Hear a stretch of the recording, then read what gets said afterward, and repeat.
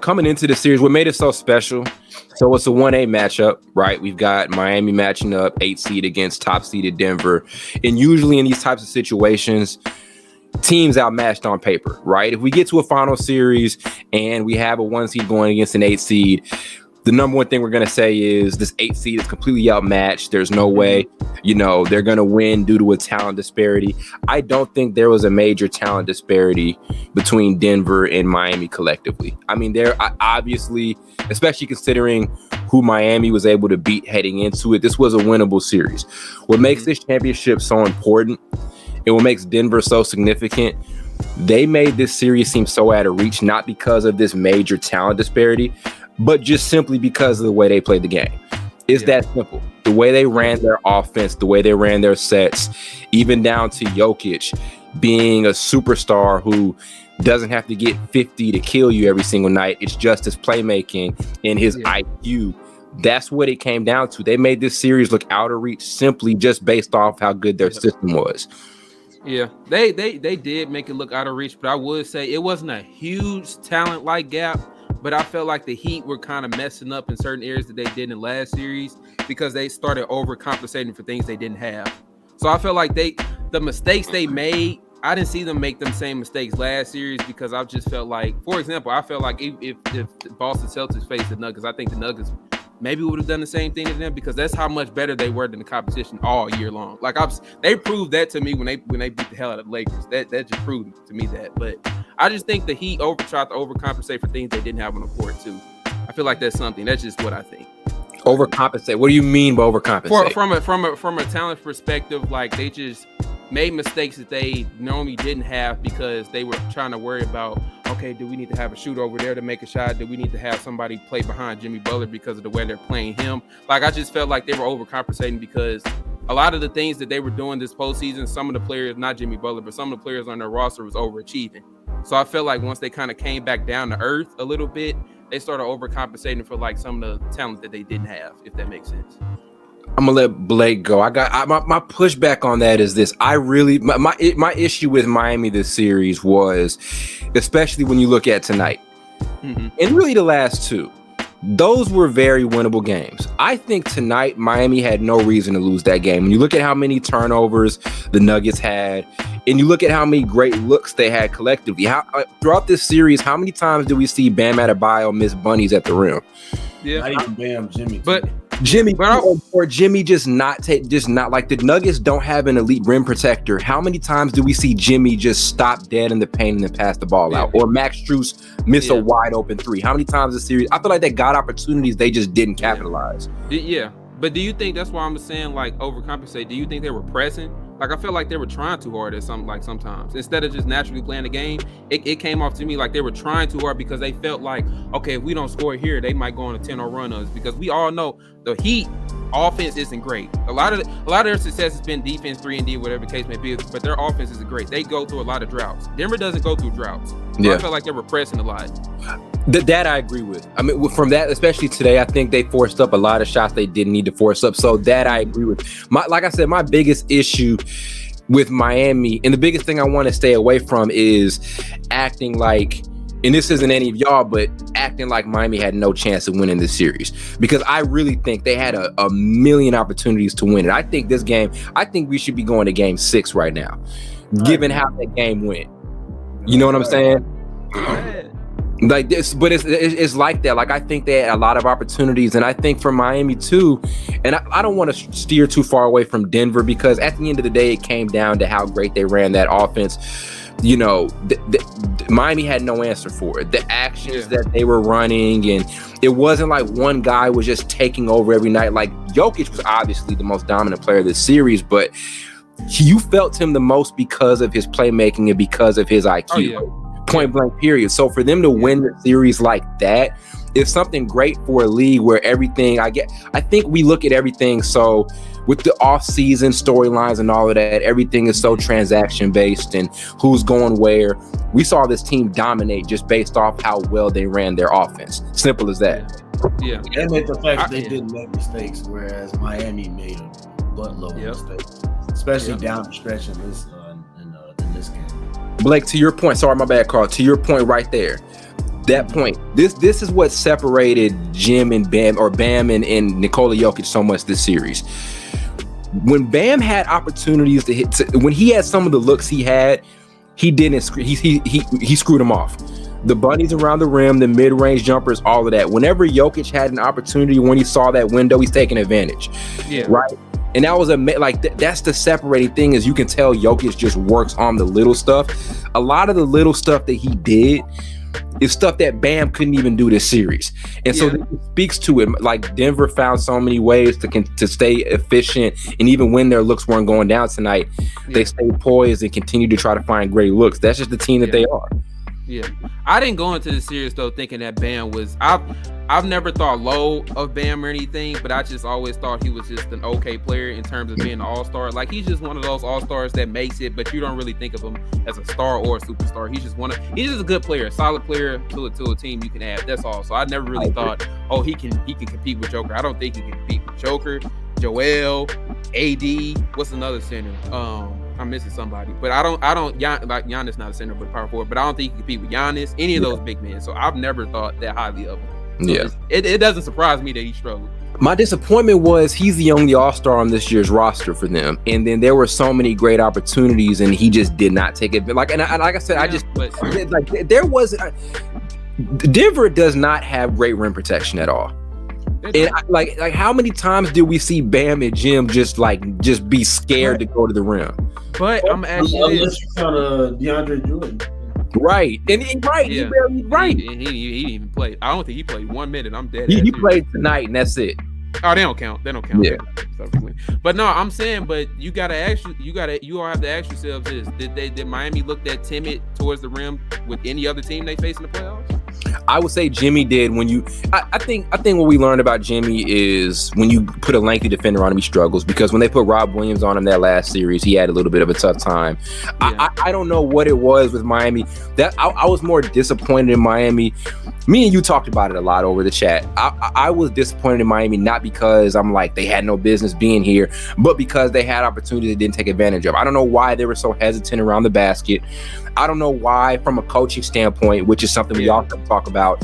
Last game, the defensive, like in game, what was it, game 4? The defensive decisions by Eric Spoelstra were just horrible. He doesn't go zone once that whole game, and then tonight we saw him go zone at times, and it did slow Denver down a little bit. Like, it was a lot of stuff that he did where I really felt like, yo, y'all are shooting yourselves in the foot. That's what it was, more than them not belonging here, if that makes any sense. I feel like they really shot themselves in the foot. The zone might have slowed Denver down, but you still saw at times like the Heat just struggled on offense. It was either Jimmy or Bus at one point, because they just get a ball to Jimmy and just expect them to do some Houdini shit. Like everybody just standing around just looking at him trying to get an open shot. Max Strus, he can't dribble, so he gets the ball, he just dribbles around in circles trying to get a pick or a screen for somebody to get an open shot. And then Duncan Robinson was doing the same thing. Duncan Robinson doing the same thing. The only other person that would shoot kind of just like off kilter shots, or just not played shots or whatever, is Kyle Lowry. He just throws some shit up, and sometimes you know with him he'll go in, but but that's just what it was for me. And I didn't, and that's what pissed me off the most, is I didn't think it needed to be that way. I think if you look at who the Heat beat to get here, it was first round Giannis Antetokounmpo, who's arguably the best player in basketball, and I know he missed a couple of games, but elimination game, they came up with a strategy to beat him when he was available. Second round, the Knicks, who had just beat the Cavs, who were higher seeded than them the round before that. And then third round, you beat Jason Tatum and Jaylen Brown when they have home court advantage. So there was so much stuff with Miami where I was like, how'd you come this far? And you're just making all the errors that you made. They just ran out. I don't want to say ran out of luck, because that don't even sound right, because like you said, they did make the finals. I just think the well, I'm gonna say an old saying, the well ran dry. I just think the overachieving caught up with them. I'll be honest. That's what I think happened. Even though they did have some wide open shots that they normally made, but that's what I mean by overachieving. Some of them dudes was hitting them shots and playing like Gabe Vincent was playing out his mind previous rounds, and then you got Caleb Martin. Caleb Martin didn't even play that well this series. That it's overachieving to me. That's how I look at it. I think we should also give Denver credit for still, a lot of. I know me personally, over the season, I said I didn't really believe in this team. I didn't think they were that good, but they showed that they were that good. Yeah. While we're looking at, what Miami didn't do, what they could have done, I think we also need to look at the fact that maybe Denver is just that good. That's facts. Yeah. And then what did we talk about before, right? This is what I like the most about it, is because everybody tries to make everything so narrative based. You can't, because what we knew about this series coming in was it was going to be a coaching chess match. And if you look back and watch this series, the biggest thing is one guy outcoached the other guy. This came down to how well I run my offense versus your defense. What are you going to do to figure it out? It didn't come down to this guy is way more talented than the other and is Steph Curry better than LeBron. It came down to coaching. It came down to how well you run your system. Yeah. And Denver did that at a very high level. I think that's great for a league where everything, like I said, right now is so transaction based. Yeah. Shout out to them. They literally, Eric Spoelstra, this is one of the few times where he just did not have an answer. You know what I mean? And that's I'll say that's so big, okay, because we saw the Lakers, who was one of the top defensive teams in the league, get shredded by Denver. Yes. And he tried to think of adjustments to work. It might be something I remember in game one, because I was one of the idiots that kind of said it, so I have to call it back. The Lakers figured something out with Rui Hachimura guarding Joker or whatever, and then we end up getting swept. So it's just I think we just have to give, like Blake said, just give Denver credit, because we can keep saying Eric Spoelstra should have did this, he should have did that. He just didn't. I personally just don't think he had the talent or matchups to even bother Denver, because he would have the defensive zones he would set, and they might bother him for a little bit, but sooner or later they would break through and go on the 15-0 run just like that, because Miami can't score. That's what that's what kills me with Miami, is just two things. One, I know they could have. They did not have to fall in the. I really thought it was less about what Miami didn't have and more about what they didn't do. If that makes any sense. I felt like they put themselves in too many positions. The missed shots. How many possessions? There's got to be a stat on this. A lot. It was a lot. How many times did Jimmy Butler get the ball in the mid post and just not put a dribble down on the floor? Or how many times did he get the ball in the paint and just pass it out? With also, how many times did Bam just miss a bunny around the rim? And how many wide open threes did Max Strus miss? I just really felt like it's not about what Miami didn't have in their undrafted thing. And I know that's a big thing. I just really felt like they had an opportunity. That's why I was hyped, is because I'm like, yo, from a coaching step, they have everything they need to make it a 7-game series. Yeah.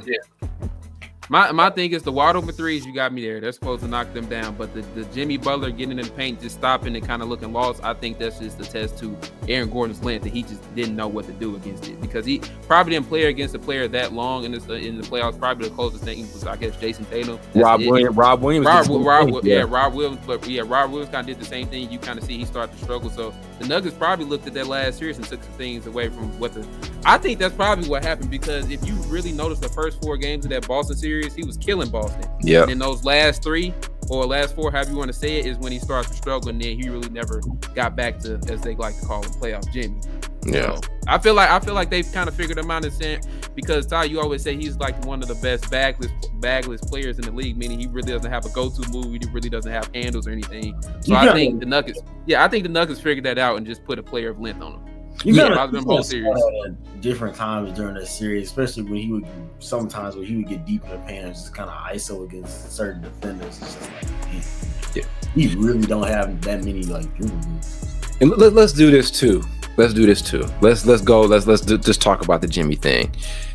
He went out swinging. So what? It only he did. I mean, he made that a 1-point game when that game could have gone. They still lost, but Jimmy single-handedly brought them back and made that a 1-point game. So here's my thing. Here's my Jimmy Butler thing. It's just with NBA fans. He had a rough series. It may be a rough last couple of games. We count the Boston Celtics series and all of that. But at the end of the day, it doesn't change how I look at Jimmy Butler. So when I'm seeing people on Twitter, oh, Jimmy's this and Jimmy's overrated and Jimmy's not that.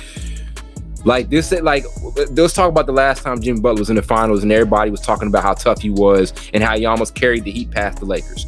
So like, I don't think this series people are gonna look at this series and it's gonna make everybody think that the playoff Jimmy thing is overrated. And we look at it from a large standpoint, especially this particular season. Miami still had one of the most memorable playoff runs in a very, very long time. Oh yeah, it did.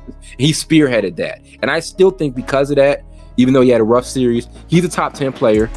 I would argue that he's a better player, that I put him over the list. I'm not going to say it right now, but I put him on my list right now, over a bunch of other guys, considering how we judge them in the playoffs, right? I'm just saying, if we judge guys in the playoffs, we judge guys on how bad they do in the playoffs. Jimmy does a lot of the stuff that a lot of other guys don't do in the playoffs. The stuff that we say Kevin Durant doesn't do in the playoffs, we saw Jimmy Butler do 3 separate times. Let's think about that. Yeah, I get you. Especially recently, but we had the Kevin Durant thing talk like a couple days ago. But I said Kevin Durant has done so much when he was younger that I still put that on this thing. Even though you're basically talking about previous years, Kevin Durant, he lost this year, lost last year, kind of choked a little bit. So I understand what you're saying. But you said you got him. You said you got him top 10, not top 5. Some people put him top. I almost was going to put him top 5, but he had a drop off for me over the last month. I changed my mind. If Jimmy Butler is in the top 5, let's also say this to continue to give him credit. Nikola Jokic, are we all in unison? He's the best player in basketball right now. Yes. Yeah, he is.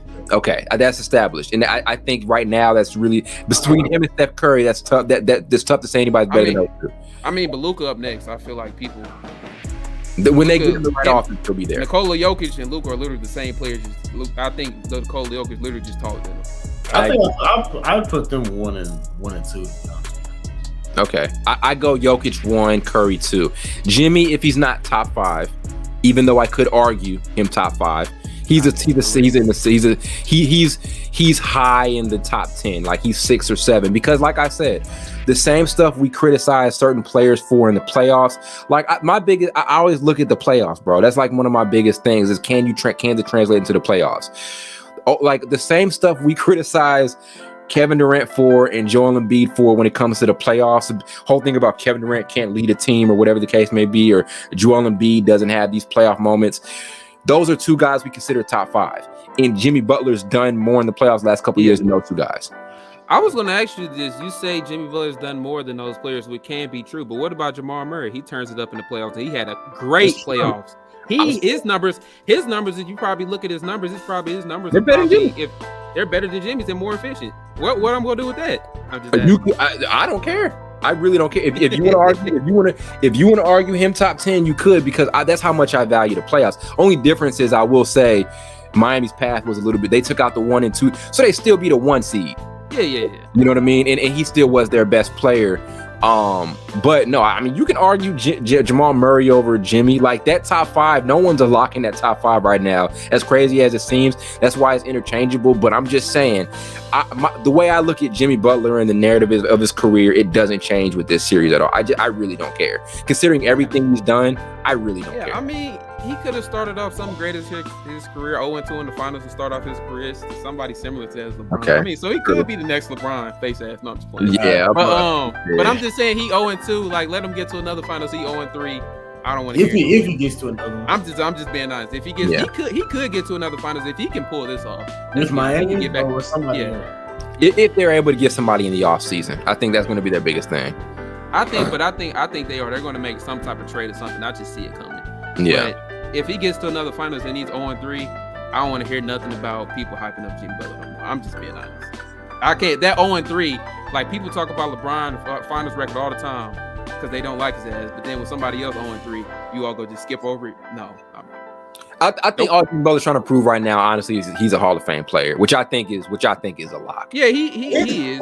It's a lot of people that take on if he gets to the Hall of Fame was kind of corny to me. Yeah, because but that maybe what did he say?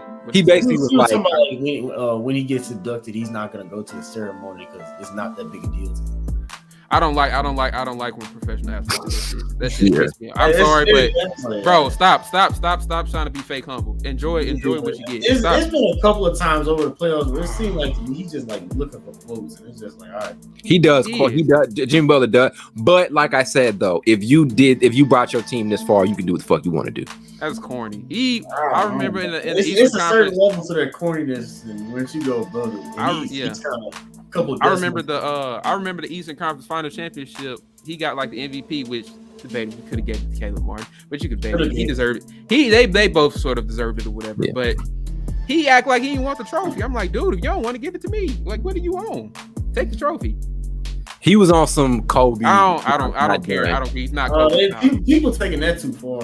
But when LeBron did, y'all weren't saying when LeBron did the same thing. It's only one. It's only one Kobe. Everybody can't beat him. I can't stand when people keep trying to. It's only one Kobe. Be yourself. End of the day, like, credit to the Nuggets. You know what I mean? I think I guess I'm so pressed on the Heat thing is because it's one of those things where what could have been.